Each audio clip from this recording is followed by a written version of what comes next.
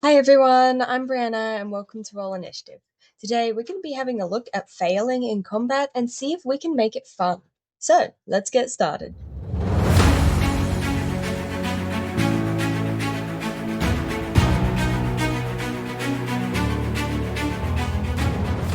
The first thing that I'm going to say is not many people enjoy failing. And in fact, a lot of people try and win at D&D by succeeding as much as possible and trying to avoid failing.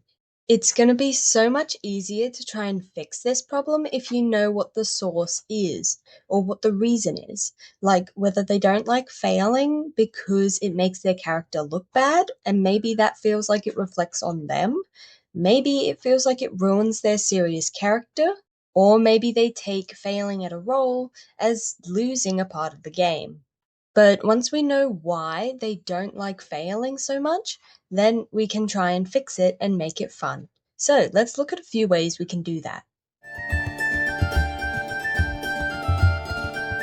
When you're in combat and you just can't hit something is infuriating, but probably making that worse is it being the character's fault that they miss every time. Whereas instead of describing how they missed, you can describe how the enemy dodges. That way, it feels more like the enemy succeeded on something rather than the player failed on something.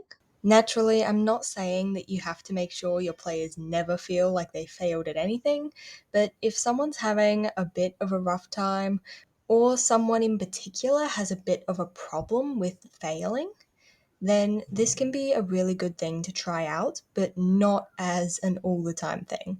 Merely as a way to spice things up and make it so that every failed attack roll isn't just the player missing.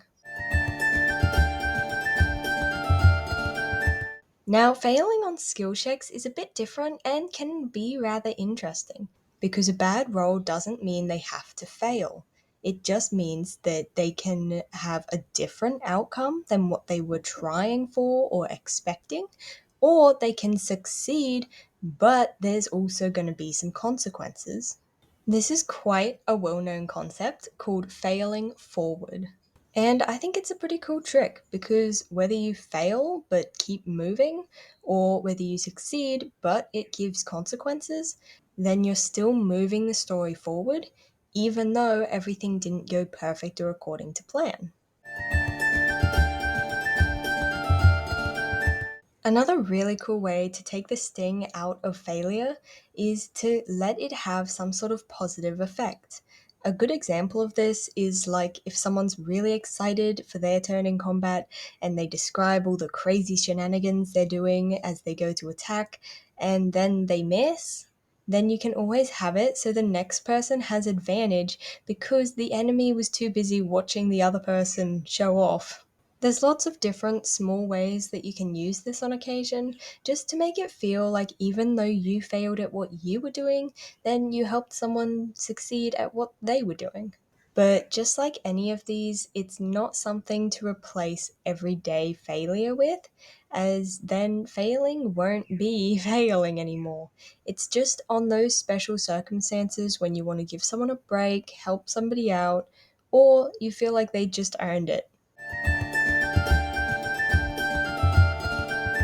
But there we are, we made it to the end of the video, and I really want to thank you for sticking around and watching till the end.